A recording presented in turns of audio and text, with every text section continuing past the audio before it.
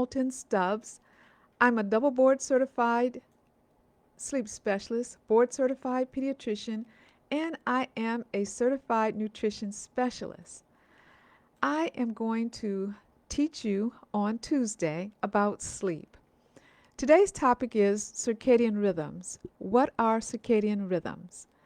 When we think about health, most people think about eating organic food, maybe being vegan or a keto diet. People buy memberships to the gym and they spend a lot of time exercising, or they might think of detoxing. But very few people realize that you cannot reach your maximum health potential without having good sleep. Sleep is the key to everything that we're doing, and I'm going to tell you why.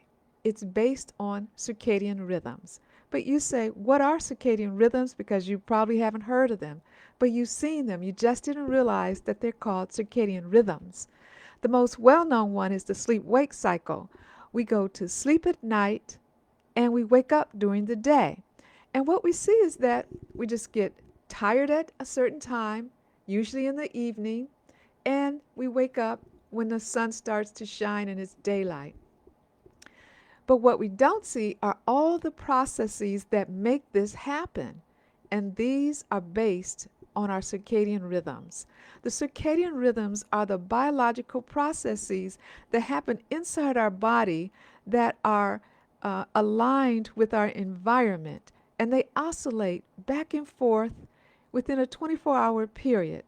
They are able to be reset by light, heat, or other outside influences.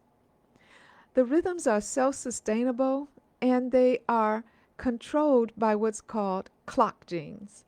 And these clock genes occur all over the body, and the clock genes are controlled by biological clocks. Every cell in our body has a biological clock. Isn't that amazing that the scientists have gotten so far into studying the body and sleep that we now know that there's not just a master switch, the master biological clock, but we have a biological clock in our heart, our gut, our liver, our stomach, even your skin, your eyes, your brain. They all have biological clocks, and those are called your peripheral clocks. So all of those peripheral clocks have to be controlled so that they come into alignment like a beautiful song from an orchestra. And the alignment of all the peripheral clocks is controlled by that master clock, which is in the brain in the suprachiasmatic nucleus. That's called the master clock. So how important are these circadian rhythms? Well, when you don't have good circadian rhythms, when they're out of sync with the alignment of Earth and the clocks are running disorganized, you develop metabolic diseases, heart disease. You have difficulty controlling your blood sugar. Your mood will change. And you can even have an increased risk of cancer. It will affect your immune system. And diseases like asthma, they all have a biological rhythm. So we need to do things to make sure that we are living with our biological clocks and the circadian rhythms. And this means doing things in a certain order. The example that I'm going to use are night shift workers. People who work at night or have to start work before 5 a.m. throw off their biological clock. And those people have an increased risk of heart attack, stroke, and cancer. They even have some increase in little simple things like gastric reflux. And this is because your clock is off. When you're up at midnight and you're eating at midnight and you're awake at midnight, your rhythms are not made to do that. Your rhythm is made to be asleep at night. So what can we do? Now, we can't talk about the shift worker because that is a specialized topic, but for people who aren't working between midnight and 6 a.m., this is what you can do. Have a bedtime between 10 p.m. and 11 p.m. and try to have a regular bedtime.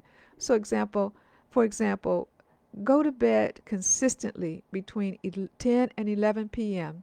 and avoid staying up late as much as possible. And this is going to help your biological clocks because we have melatonin and other hormones that come out during that first half of the night.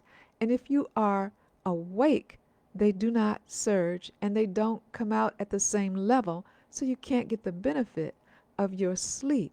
Sleep is your repairing stage.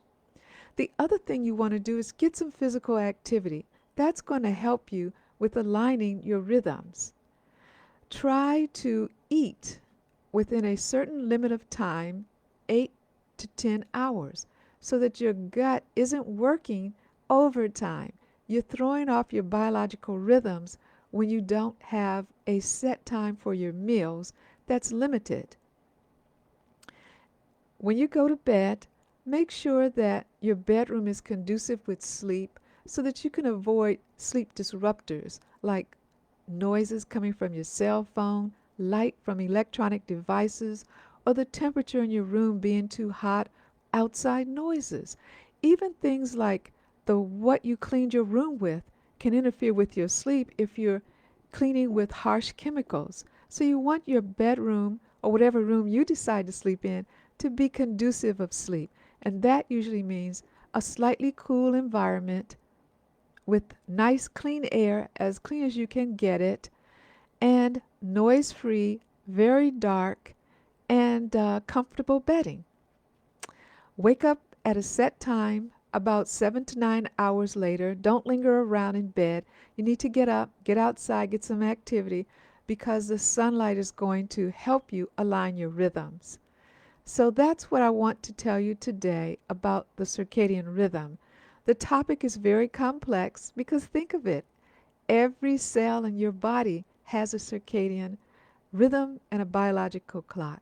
So next Tuesday around noon, I'll try to come back and talk to you about the biological clock in your gut and why you shouldn't just do intermittent fasting. You need to be doing circadian diet fasting. I'm Dr. Hamilton Stubbs, double board certified sleep specialist, and this has been Teach Me Tuesday. If I've been a blessing to you, I'm very thankful. Whatever you do, be a blessing to someone else. Bye now.